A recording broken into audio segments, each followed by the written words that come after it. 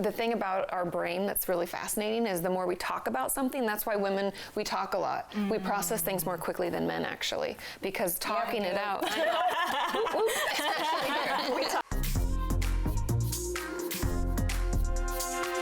Welcome back to Get a Girl. On the couch today, we are joined by Katie Morton, a marriage and family therapist who has been helping thousands of people, not only through her private practice, but also through her popular YouTube channel. Katie, thank you for joining us today. Yeah, thanks for having me. I'm excited to be here. Now, you came at the perfect time because we were just talking about breakups, and I was given some advice, so I want to know if I gave good advice, but we'll get to that later. But tell us how you got into your field and what you're doing now. Yeah, I mean, I've been a therapist now for probably about 11 years, and just because, honestly, people are so interesting, and being a therapist, I think, is probably the only job that I wouldn't get bored with because it's always something new, right? And we're always changing and growing. But specifically for YouTube, I started about 8 years ago. My husband's in production, film production. See, that always works out. It ended up just coming together, and he was like, you should put what you know. I specialize in eating disorders and self-injury in my private practice. And at the time, we didn't have anybody to refer out to. It was really difficult, and I would come home frustrated, and he was like, we should put this online. And like any therapist, I was like, no. That's a bad idea. And I was like, I don't know what I'd be like on camera. But you just slowly learn, and it was really great to be able to reach more people than just the people I could see every day. And that's so great. So here we are 8 years later. I was going to say, sometimes people are afraid to actually go to someone and seek for help, and then you just, you can find it on YouTube.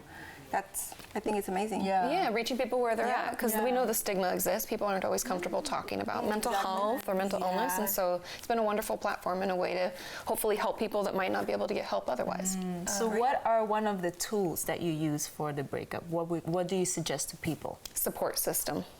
Mainly because the thing about our brain that's really fascinating is the more we talk about something, that's why women, we talk a lot. We process things more quickly than men actually, because talking it out. We talk. But that's what makes us so great and so resilient, is we can talk it through and then we process it and we feel better more quickly. So having friends and family you can vent to, talk about the breakup, talk about what happened, that will help you move on more quickly. But don't we vent too much sometimes? Could you ever vent or talk too much? You definitely can.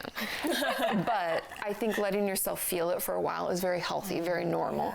But if you get stuck, I call it like you're stuck in this like, I don't know, like a rabbit hole kind of, you're going down, worse, and you're not actually getting better. If you find yourself getting worse and worse, that's when you maybe want to call a professional or see someone, because maybe we don't have the tools to feel better, or a support system is like not that supportive. It's like the blind leading the blind, you know? Yeah, that's the worst. You know, it's like sometimes you have those girlfriends where they're going to say what you want them to say, and then you have the ones that they're going to tell you the truth. So it's like, depending where you're at, you're like, do I want to hear something good or something I don't want to hear, like a hard pill to swallow, you know? And at some point you're going to have to move into the truth teller, because you're going to need that information. You know, we all need that sometimes, that like reality check.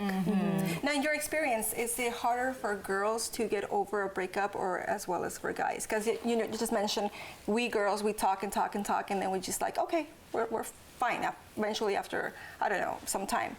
But with guys, is it like the same, or is it different? It's harder for them.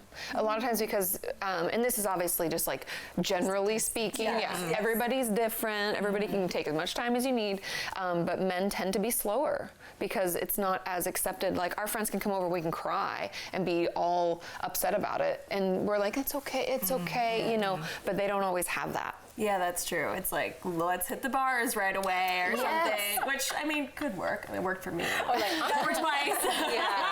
But what are some do's and don'ts, would you say, for going through a bad breakup? Like, should you not text them? Should you go to the bar? What are some do's and don'ts? I think depending on how the breakup went, probably contacting them is not going to make it better, unless you're going to try to reconcile. Like if there was something that you could make up for, I don't know. But don't contact them. Contact your friends. Get yourself out of the house. Shower. Try to, like, I liked your advice of moving forward and stuff. Like, you got to keep moving forward.